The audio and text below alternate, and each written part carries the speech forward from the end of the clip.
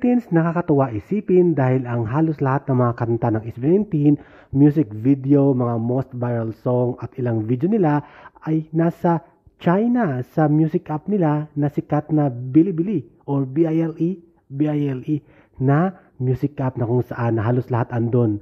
Ang mga music ng SB19, makanta man o music video ay talaga namang sinali doon, sinama sa playlist na Bilibili o BILE